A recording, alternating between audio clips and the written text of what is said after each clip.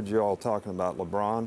I coached the Cleveland Browns, best sports fans in America. What? And I was so happy to see that those people are going to have an opportunity to cheer for a great player again, who's from that area.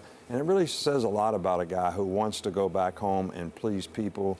And I was so pleased You were happy with the that. decision. And happy for the people in Cleveland. All right. So wait, better sports fans than Tuscaloosa fans? Oh, no. Okay, I just want to make sure. Of course you go there. Well, I just want to make sure. All right, listen, we've been asking, we asked Spurrier as well, about the comments made by Big 12 Commissioner in terms of cheating. It pays at present. It pays at present is what he said. Your take on cheating in collegiate sports? Well, I don't think that things have been better in college football from that standpoint, and I don't think that we're doing any better job of policing. I think they do a great job in our league, the SEC, which we kind of have this national reputation that we're good, so that means we've got to be doing something to get the players.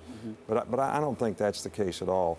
But you actually get policed now by the public Twitter, Facebook.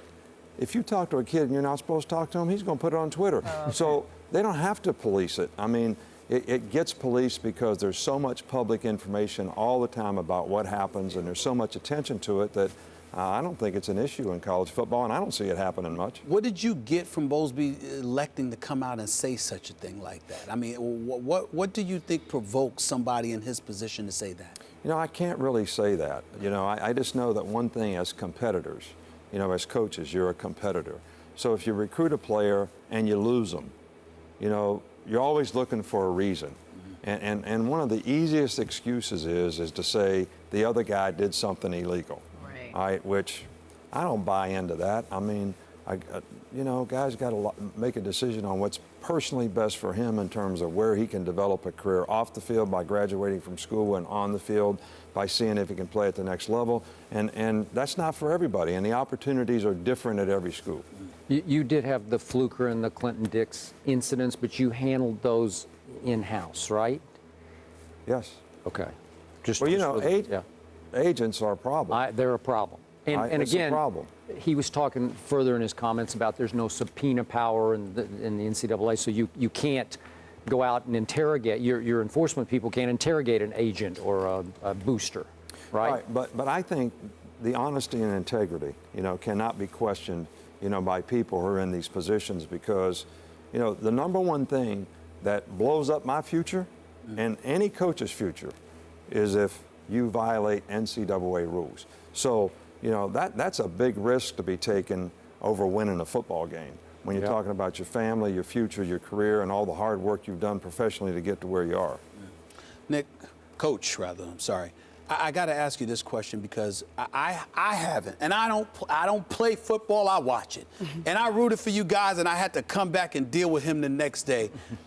That loss to Auburn, what did that do to you for at least the next few days, if not the rest of the season? Because it devastated me, and I don't even play for you guys. Well, there was a devastating loss, no doubt, for everybody in our organization. But, you know, I could kind of see it coming.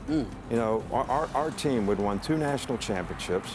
We were 11-0. From the time we beat LSU, I saw our players change a little bit in terms of the entitlement that they had. They lost respect for winning. And when you do that, you lose respect for what it takes to win. Attention to detail, preparation, discipline. And we didn't play very well at Mississippi State. We didn't play a great game at Auburn, not taking anything away from their guys. They did play a good game.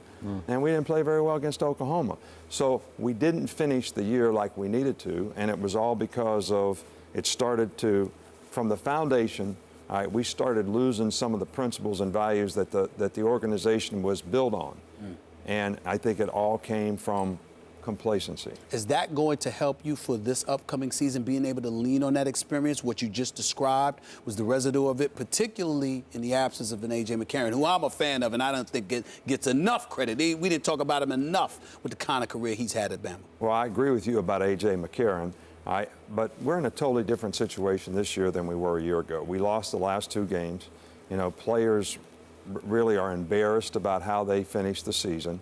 And even though we have an untested team in some critical positions, like quarterback, need to rebuild the offensive line.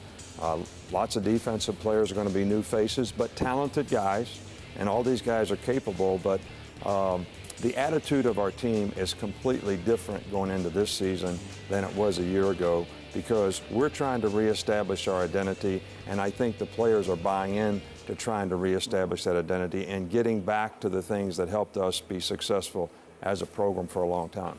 So you've had 3 straight #1 ranked recruiting classes, and I've often wondered, what if you'd had a #1 ranked quarterback to go along with that? And I'm asking to put A.J. in some perspective, because clearly he wasn't a first-round talent, though you could make the case he was a great college football quarterback.